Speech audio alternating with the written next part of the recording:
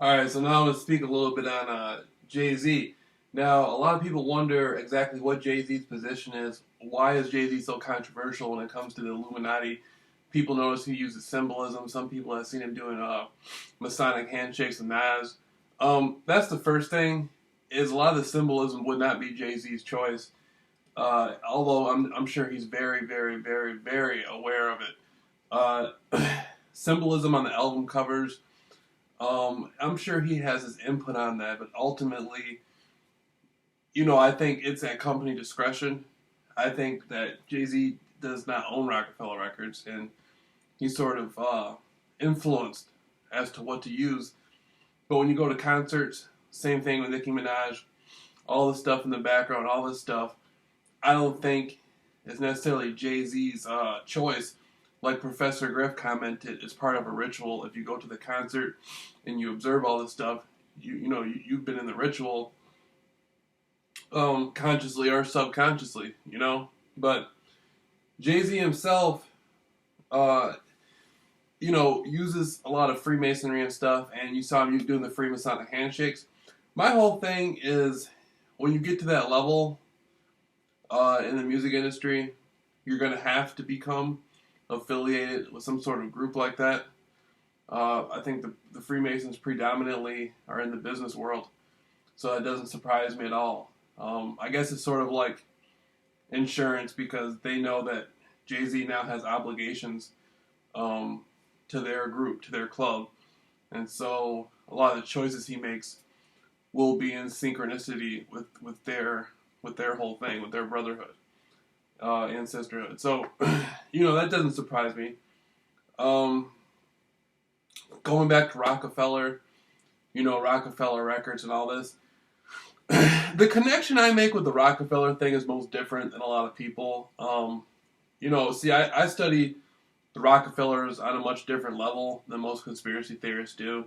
To me, the Rockefellers are like the, the guys who set up, the guys who helped set up the methadone clinics with Dr. Bourne down there in Grenada.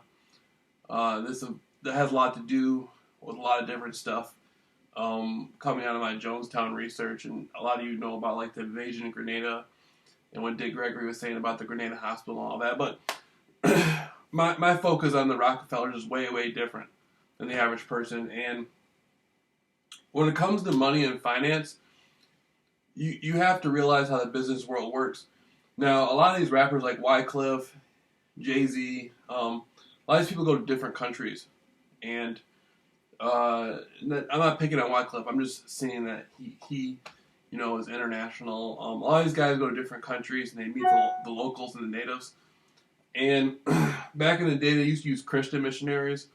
Now it's turned more into Christian and Scientology. But they use these missionaries to get in good with the people. And then it's the minerals in the area that the companies got their minds on. The Western companies got their minds on. And so I think maybe for Jay-Z, to have a rapper who these people look up to. I mean, if you live in a third world country, it'd be very easy to look up to Jay-Z. So, a lot of people right here in the States who look up to Jay-Z. But, so him to go over there and meet with the locals and stuff, they might be a little more susceptible to some of his companies and things like that. I don't know, maybe he'll build with them, try to get them involved in one of his clothing lines or something. Some business, but now they've opened themselves up to the minerals and stuff and all that. Now the resources on their land can be accessed by the companies in which Jay-Z works for. And when you go back and you look at the money, it's real easy to not really see what's going on. Here's a book called Hitler's Magician, Schock. Now, the only reason I have this book is because I was studying a man named Larry Schock, who was a doctor at Jonestown. And so Halmer Schock is alleged to have some connection to Larry Schock. And Halmer Schock was like one of Hitler's bankers. And this whole book, I haven't read it yet, but basically about money, about how the Nazis, played with money and used money, and they were really good at just the magic of money, numbers, and all this stuff. And so that's what I think the music industry is. It's just like, because people no longer buy music.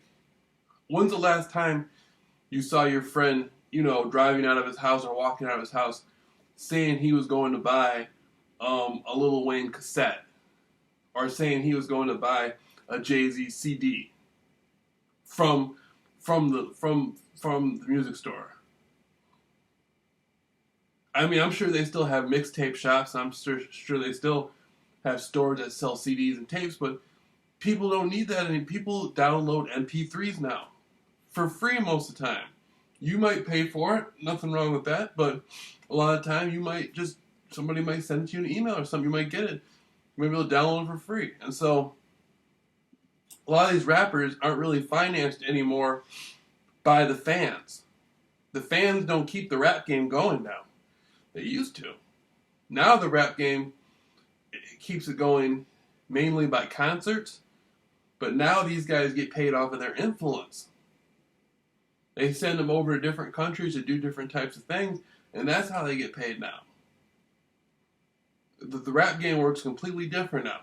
It's on a whole different level. And a lot of people get caught up in the idea that, Jay-Z is working for the devil or something. I don't know. I mean, I've heard him speak on it before and say that it's not him. He knows he's saying this stuff, but he's saying it's not him, as in the orders are being given to him. Well, you can't really blame Jay-Z, because if it wasn't him, there'd be somebody else up there doing it too. Why are people jumping into this stuff? Why is it so popular? It goes back to what Tupac was saying. Don't just get into the rap, but listen to what the people are saying. Listen to what they're saying. People don't stop and listen to what these people are saying. They just play the song and go along with it. Anyhow, that's I just wanted to put something out there.